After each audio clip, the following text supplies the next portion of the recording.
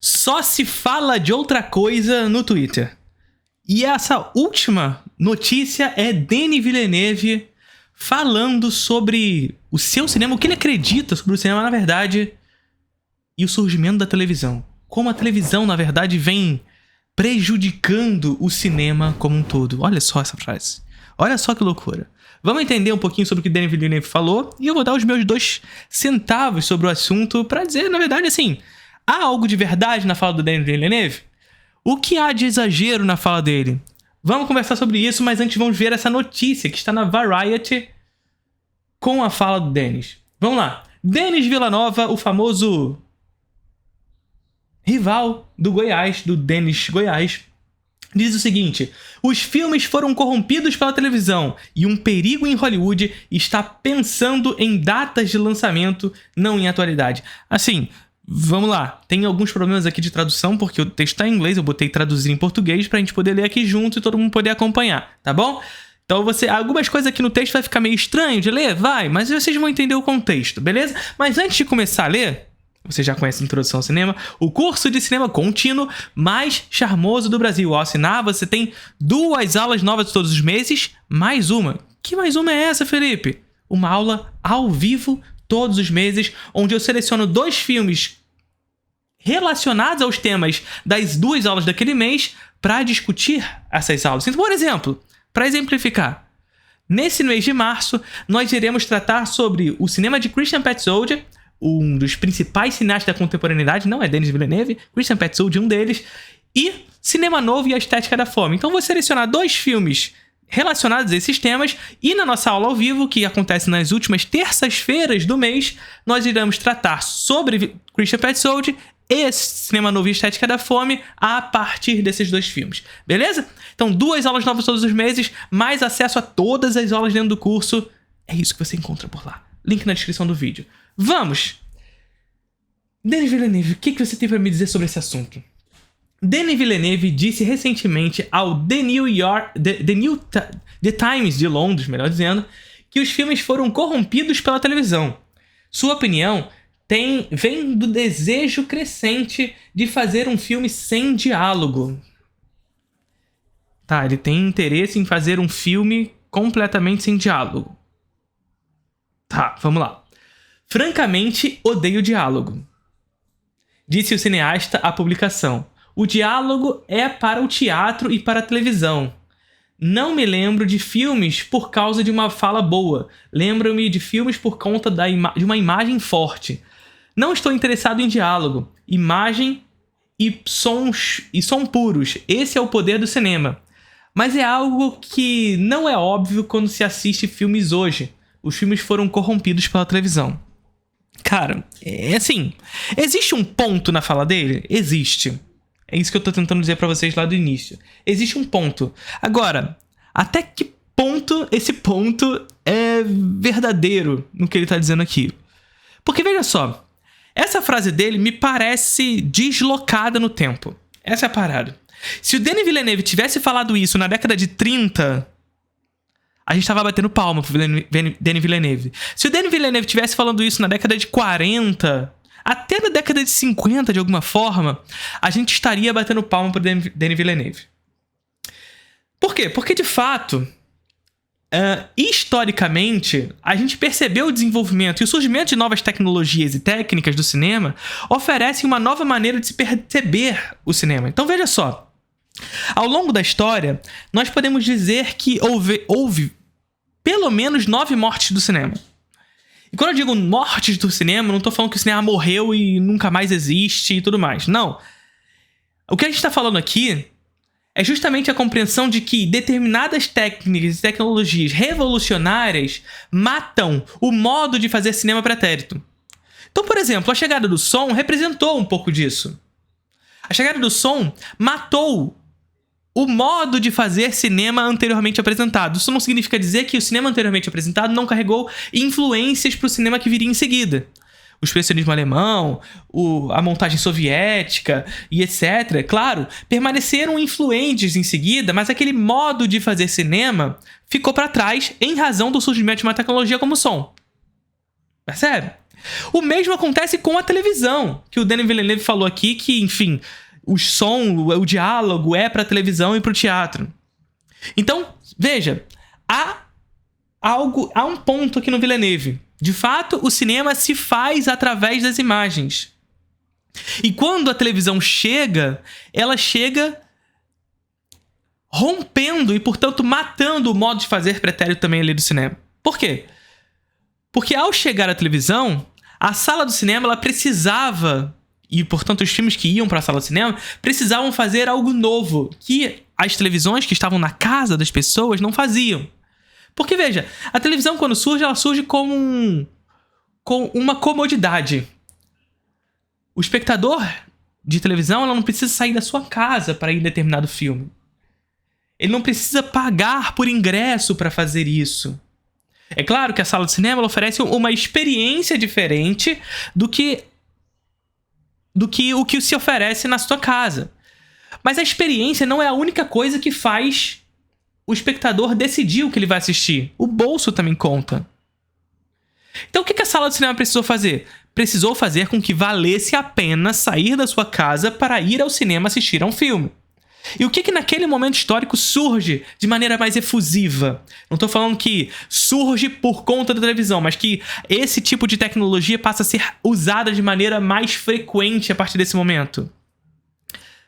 O Technicolor e o Panavision, por exemplo, que é aquelas telas mais esticadas, o uso das cores no cinema, sabe? Ou seja, a televisão ainda não tinha tecnologia suficiente para abarcar esse tipo de tecnologia. E, fazendo isso, a produção dos filmes pressionava o mercado exibidor a atualizar a sua tecnologia para receber esses filmes. Então veja, o mercado exibidor ele não estava preparado para receber essas tecnologias. Para receber esses filmes com essas tecnologias. Mas, para poder responder a um momento de crise causado pelo surgimento da televisão, as salas de cinema precisaram mudar para receber esses filmes. E foi isso que aconteceu. O mesmo a gente vê recentemente, com a chegada do streaming. O streaming representa uma morte para o cinema na medida que a gente vê uma crise sendo estabelecida nas salas. Uma crise que é somada à pandemia da Covid-19 mais o surgimento dos streamings, que provocam uma crise na sala de cinema, que, entretanto, todavia, vem tentando encontrar a maneira de subverter essa crise e oferecer uma experiência distinta do que se oferece na casa. Como, por exemplo, o Christopher Nolan já deu algumas declarações no lançamento de Oppenheimer de que o seu filme deveria ser assistido em IMAX, porque ali, de fato, há a experiência correta com o seu filme. Isso é uma fala verdadeira? Claro que não. Você pode assistir Oppenheimer na sua casa, você pode assistir Oppenheimer numa sala de cinema comum. E tá tudo bem. O filme pode oferecer uma experiência diferente, de fato, numa sala IMAX, mas, sabe, você pode assistir numa sala comum. Entretanto, o Nolan, ele é uma mercadoria dessa indústria. É uma mercadoria enquanto autor e uma mercadoria enquanto um cara que promove essa indústria. Então ele falar que o seu filme merece uma sala IMAX, nada mais nada menos é do que essa indústria forçando o mercado exibidor a criar mais salas para receber esse tipo de filme. Uma sala que oferece uma experiência distinta para esse espectador poder sair da sua casa. Inclusive, se essa sala IMAX ganhar em número de salas e, portanto, se popularizar, baixa o preço. Podendo, portanto, ser ofertada ao seu espectador de maneira mais popular, fazendo com que esse espectador saia da sua casa para assistir a um filme em IMAX. Tá ligado? Um outro caso é o James Cameron com Avatar, já pressionando desde já o mercado exibidor a falar assim, opa, quando lançar Avatar 5, esse filme vai ser exibido em 3D sem óculos. Então, mercado exibidor, começa a correr atrás. Quando eu lançar Avatar 5 em 2073, que o James Cameron ele demora pra caralho pra lançar os filmes dele, né? Em 2073 você vai ter que ter uma sala assim. Sabe? Ou seja, ofertar uma experiência distinta do que a sala da nossa casa pode fazer. Percebe? Então assim, qual é a grande questão dessa fala do Villeneuve? Ela parece estar deslocada do tempo. A frase do Villeneuve parece estar deslocada do tempo. Desconexa com a nossa realidade presente. Porque, assim, de fato, conforme a produtificação do cinema vai avançando... 2073, adorei. É por aí, né? Conforme a produtificação do cinema vai avançando, há também uma tendência a massificar os discursos. E, portanto, o diálogo vai ser utilizado nos filmes com mais ele é produtificado. Percebe o que eu tô dizendo? Com mais o filme é produto dessa indústria, mais mercantilizável ele é, portanto, mais diálogo tende a ter. E talvez esteja aqui um pouco da crítica do Denis Villeneuve que ele acusou na televisão. Que, na verdade, não é a causa do problema. Não é a causa do problema. Nem mesmo o diálogo é um problema. O problema é a produtificação do filme. O problema é a mercantilização do filme enquanto mercadoria, portanto. Esse que é o grande problema. O diálogo não é o problema. O diálogo não é o problema. Ou seja... Quando o Denis Villeneuve fala isso tudo e tá deslocado do tempo, é porque, sim, se ele falasse isso lá na década de 30, como Chaplin falou que o som iria matar o cinema, porque o cinema é feito em imagens, e, porra, aquela frase do Chaplin estava correta para aquele contexto histórico. A grande concepção que a gente precisa ter em mente agora é que o diálogo, ele, ao longo da história, foi trabalhado para ser uma importante ferramenta para articular dialeticamente imagem e texto. Ou seja, o texto faz imagem. O texto corrobora a imagem. Percebe? O que seria, por exemplo, dos filmes do Antonioni sem o texto? Antonioni, que é conhecido pela trilogia da incomunicabilidade, onde os momentos sem fala são importantes, mas os momentos sem fala só o são por conta dos momentos com fala. Percebe? Então essa presença da fala e a ausência da fala é importante dialeticamente para construir sentido, inclusive. Sentido na imagem. Percebe? Então houve a compreensão ao longo da história, depois do surgimento do som, porque de fato, quando surge o som, houve essa preocupação. Porque a galera ali da década de 20, dos cinemas de vanguarda da década de 20, tinham essa preocupação porque eles construíram o amadurecimento do cinema. Olha o que eu tô falando pra vocês. Em 20 anos de existência, de 1900 a 1920 até 1930, então 30 anos de existência, o cinema atingiu a sua maturidade com o cinema mudo da década de 20. Acreditava-se que o cinema mudo da década de 20 dos cinemas de vanguarda era a maturidade do cinema. Que era o momento onde o cinema atingiu o máximo de sua capacidade representativa. Só que na década de 30 chega o som. E cai por terra tudo isso. Toda essa discussão sobre o amadurecimento do cinema cai por terra. Cai por terra. E surge o som fazendo com que o cinema meio que regresse ao seu estágio mais primitivo, digamos assim, que é a sua reaproximação com o teatro, de fato, como o Villeneuve está falando aqui pra gente. Que o diálogo é coisa do teatro e da televisão, sabe? Então, quando o som chega na década de 30, de fato, há um regresso ao seu estado mais primitivo, mais aproximado do teatro. Quanto a isso, ele tá certo. Quanto a isso, ele tá certo. Nesse momento explodem os musicais muito próximos da Broadway, sem uma preocupação estilística aproximada com o cinema. Sacou? Então, essa preocupação é por aí. Agora, se o Villeneuve tivesse falado essa fala de seguinte maneira: eu gosto de de filmes com poucas falas, porque a fala é uma representação da mercantilização do cinema, da produtificação do cinema. Porra, eu ia bater palma pra ele. Tá correto, de certa forma. Tá correto, pelo menos em partes.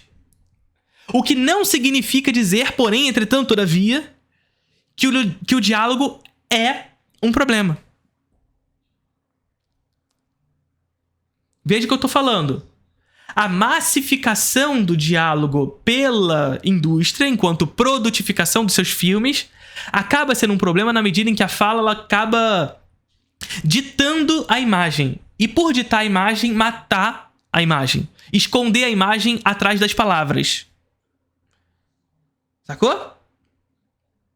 Entretanto, todavia, isso não significa dizer que, por consequência, a fala, o diálogo é ruim.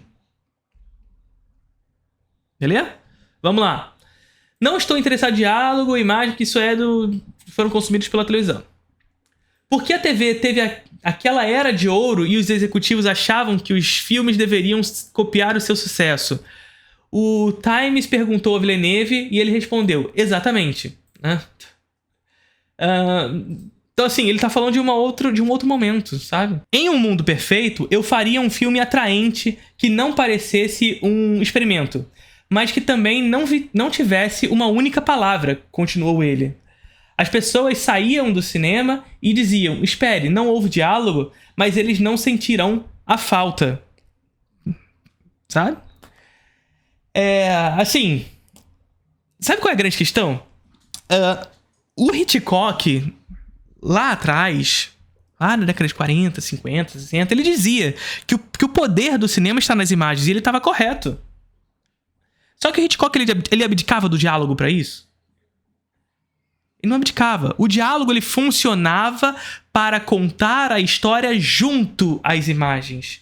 Para fortalecer a imagem. Essa que é a parada que o Hitchcock está dizendo pra gente.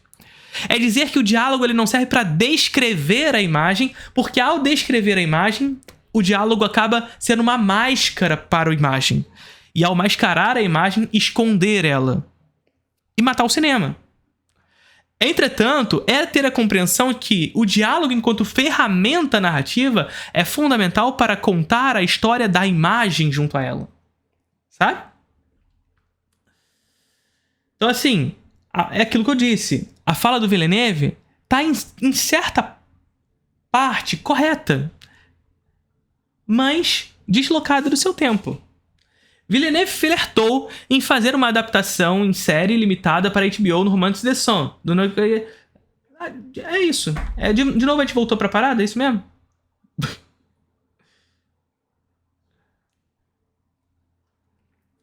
Pô, eu tenho que ler essa parada toda mesmo? Vamos lá. Villeneuve flertou em fazer uma adaptação em série limitada para HBO no Romance The Son, do norueguês Joe Nesbo, e até recrutou Jake Gyllenhaal para estrelar o projeto, mas ele disse no início desse ano que não estava mais planejando a série de TV, porque simplesmente não era o meio para ele. É um projeto que adoro, é um livro que eu adoro, eu amo esse escritor, um escritor muito forte, disse ele. E o fato é que eu trouxe esse projeto para fazer uma minissérie, porque achei que tentar proteger todos os elementos do livro era demais para o longa-metragem. Mas senti, sim, a adaptação que fizemos, que acho os roteiros excelentes, mas longe da minha sensibilidade. Jake Villeneuve está de volta à carreira como diretor em Duna Parte 2, que recebeu ótimas críticas e parece ser talvez o filme mais aclamado do diretor até hoje. Vários críticos concordam que Parte 2 é um dos sucessos de bilheteria mais impressionantes já feitos. Isso é muito forte pra mim. Um elogio que Villeneuve certamente valoriza, considerando que, aos seus olhos, filmes são, sobretudo, imagens fortes. Já falamos, não vou repetir tudo. Assim, o filme tá bem dividido na crítica, na verdade, tá? Existe uma galera que tá, uau! E tem uma galera que, calma. E tá tudo bem, tá? Eu não assisti e não posso opinar. Agora, esses hiperlativos um dos melhores filmes de maiores bilheterias de todos os tempos, aí eu não gosto. Duna Parte 2 é o mais recente sucesso de bilheteria a flertar com a marca de 3 horas de duração. Não que Villeneuve tenha se preocupado em fazer um filme muito longo. Ele dividiu o romance Dune, de Frank Herbert, em 2 filmes para adaptar adequadamente o denso enredo. A adaptação completa de Dune, de Villeneuve, dura 322 minutos. Confio no público, disse Villeneuve quando o The Times mencionou a duração do filme. Essa história é muito densa, eu nunca faria Dune com um filme só. essa foi a única maneira de ter sucesso. Não é a única maneira. Você poderia fazer como um filme só. Aí você divide o filme por conta de um processo mercadológico, na verdade. Esse é o resultado, na verdade. É uma pressão de mercado para que você divida os filmes e tenha espaço nas salas de cinema. Porque você poderia fazer como um filme só. Mas é mercado, só isso. Além disso, pense em Oppenheimer, continuou ele. É um filme de 3 horas, classificou como R, sobre física nuclear, que fala principalmente sobre física nuclear. Mas o público era jovem. Esse foi, de longe, o filme do ano para os meus filhos. Existe uma tendência. Os jovens adoram assistir filmes longos porque, se pegarem, querem ver algo substancial. Eles desejam conteúdo significativo. Não é verdade isso. Isso não é verdade. Na verdade, o caminho, apesar de, assim, a duração dos filmes tenderem a ser maiores hoje em dia, e isso é verdade, qualquer filme da Marvel tem 2 horas e meia, 2 horas e 40, há uma lógica de hiperestímulos nos filmes e não de uma densidade de roteiro, nada disso. Denis Villeneuve foi bastante aberto em entrevistas sobre o desejo. Eu acho que o Villeneuve está muito apegado a um idealismo do que o cinema deveria ser e não às condições materiais pelos quais o cinema está determinado ou pré-determinado, que é o sistema produtivo pelo qual está inserido, né? Villeneuve foi bastante aberto em entrevistas sobre o desejo de fazer um terceiro Duna, baseado no romance Duna de Herbert, Duna Messias. Mas ele não pretende fazer Duna 3, decolar imediatamente. Villeneuve precisa de uma pausa e não está muito interessado em se inscrever em um projeto cuja data de lançamento seja pré-determinada. Há absolutamente um desejo de ter um terceiro, mas não quero apressar, disse Villeneuve. O perigo em Hollywood é que as pessoas fiquem entusiasmadas e pensem apenas nas datas de lançamento e não na qualidade. Tem um ponto aqui, isso é interessante. Villeneuve não mencionou o nome de nenhum estúdio ou projeto, mas não é difícil perceber do que ele está falando. Disney e Warner Bros., por exemplo, atribuem datas de lançamento para seus filmes e quadrinhos com bastante antecedência. Aqueles os Comic-Cons da vida que anunciam anteriormente, né, as paradas. Que é um projeto de produtificação do cinema. Ou seja, a parada, Villeneuve, é você só virar o olhar para outro lugar. Ou então vestir o óculos do Day Live. Que aí você começa a perceber as paradas. Qual é o problema disso tudo? Tá no capitalismo, cara. Tá na produtificação do cinema. Então, veja, mais uma vez, o problema do diálogo no cinema não é a televisão. O problema do diálogo no cinema é a produtificação do cinema, que faz com que o diálogo seja um instrumento de máscara da imagem. Um instrumento de esconder a imagem. Quando o Villeneuve fala isso tudo aqui de maneira muito idealista e, portanto, descolada da nossa realidade material, sem encontrar a raiz do problema, parece que a fala dele, de fato, está descolada do tempo. Que é uma fala de um diretor da década de 30, percebendo a chegada do som.